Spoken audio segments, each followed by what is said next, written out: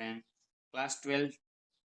maths chapter number 5 स्वाध्याय 5.1 માં question number 30 આપણને અહીંયા જો a અને b ને ધ્યાનમાં રાખીને કિંમત આપેલી છે 2 અને 10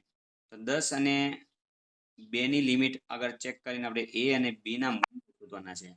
તો a અને b આપણે મેળવવા માટે શું કરશું આ પ્રોસેસ તો ચાલો આપણે પહેલા સમીકરણ આપણે પહેલા x 2 આગળ આપણે ચેક કરીએ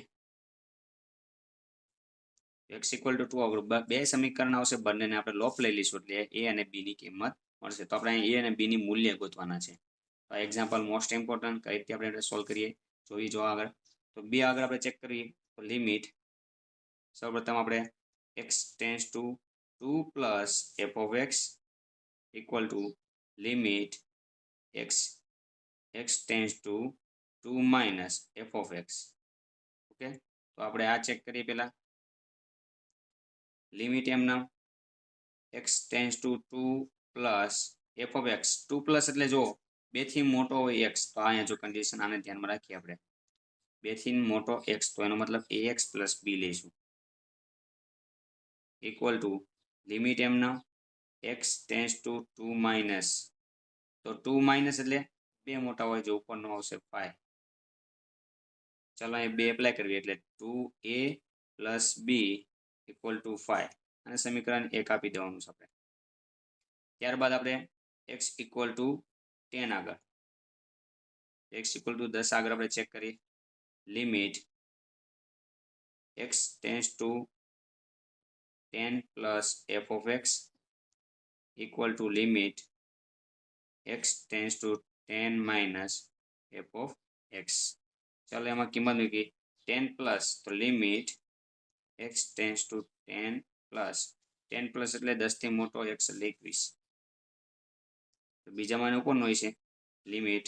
x ટેન્ડ્સ ટુ 10 - 10 - એટલે જો આટલો વિસ્તાર જોવાનો તમારે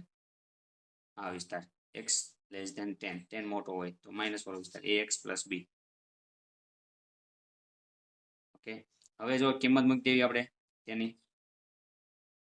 તો અહીંયા 21 નંબર જ છે એમનો 21 એમનો = લિમિટ એપ્લાય કરી એટલે 10a + b સમીકરણ 2 આપો બંનેને ચેક કરવાના જો સોલ્વ કરી b બંને એક સરખા છે 21 અને 2 તો આમાં લોપ લઈ લેવી સમીકરણ 1 અને 2 સમીકરણ 1 અને 2 લોપની રીતે સરખાવતા સોલ્વ કરતા એટલે લોપની રીતે તો 2a + b = 5 છે અને બીજી બાજુ આપણને 10a + b = 21 લોપ લઈશું એટલે નિશાની આપણે ચેન્જ કરવી પડે અહીંયા +, b બંને સરખા છે કે અલગ અલગ નિશાની કેન્સલ 2a - 10a એટલે -8a = એમના 5 - 21 એટલે 15 ઓકે 16 ઓકે 5 - 21 એટલે 16 માઇનસ બંને બાજુ કટ થઈ જશે માઇનસ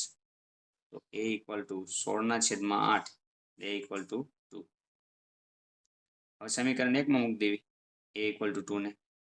સમીકરણ 1 2a + b = 5 છે 2 અહીં મૂકીએ તો 2 + b = 5 4 થઈ જાય છે 4 બરાબર ને આ બાજુ એટલે b = 5 - 4 b = 1 આમ આપણને કિંમત બંને મળશે સમીકરણ